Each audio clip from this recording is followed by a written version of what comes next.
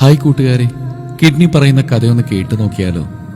ഞാൻ കിഡ്നി എന്ന പേരിൽ നിങ്ങളുടെ നട്ടെല്ലിന്റെ ഇരുവശങ്ങളിലായി പയറുവിത്തിന്റെ ആകൃതിയിൽ ഞാൻ പരിലസിക്കുന്നു. കേരളത്തിൽ അങ്ങോളം ഇങ്ങോളം ഫ്ലെക്സ് ബോർഡുകളിൽ എന്റെ പേരെഴുതി വെച്ചിരിക്കുന്നത് കാണാം. വൃക്കരോഗിക്ക് ധനസഹായം ചെയ്യുക. 15 വർഷം മുമ്പ് എന്നെ ആരും അറിയുക പോലും ഇല്ലായിരുന്നു. ഇന്ന് ഞാൻ കുപ്രസിദ്ധനാ. അന്ന് എന്നെ പറ്റി പാഠപുസ്തകങ്ങളിൽ പറഞ്ഞിരുന്നു, പക്ഷേ ആരും എന്നെ ശ്രദ്ധിച്ചിരുന്നില്ല.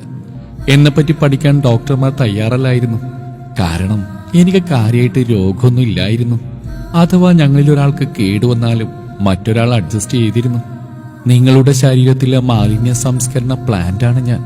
എല്ലാ മാലിന്യങ്ങളെയും അരിച്ചു മാറ്റുക എന്ന പ്രധാന ജോലി ഞാൻ ചെയ്തു വരുന്നു. ദശലക്ഷക്കണക്കിന് അരിപ്പകൾ എന്നിലുണ്ട്.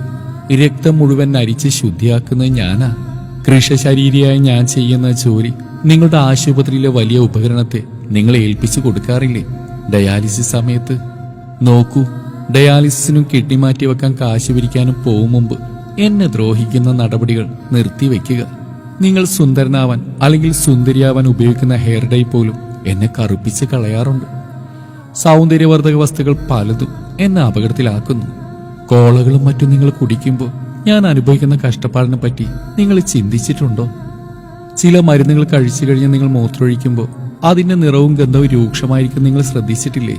ചെറിയൊരു തലവേദന വരുമ്പോഴേക്കും നിങ്ങൾ വിഴുങ്ങുന്ന വേദന സംഹാരികൾ പോലും എന്നെ തകർക്കുന്നവയാ. നിങ്ങൾ അല്പം വേദന സഹിച്ചാൽ ശരീരം അത് പരിഹരിച്ചു കൊള്ളുമെന്നറിയുക. കഴിക്കുന്ന മറ്റു ഭക്ഷണങ്ങളിലെ വിഷം ഞാൻ അരിച്ചു മാറ്റാം. എന്നെ സഹായിക്കാൻ നിങ്ങളുടെ കരളുണ്ട്. നിങ്ങളുടെ വീട്ടിൽ അഴുക്ക് കഴുകിക്കളയാൻ ധാരാളം വെള്ളം വേണ്ടേ?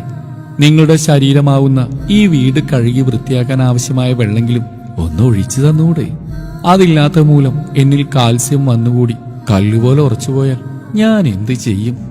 ദയവായി മര്യാദക്ക് വെള്ളം കുടിക്കണേ.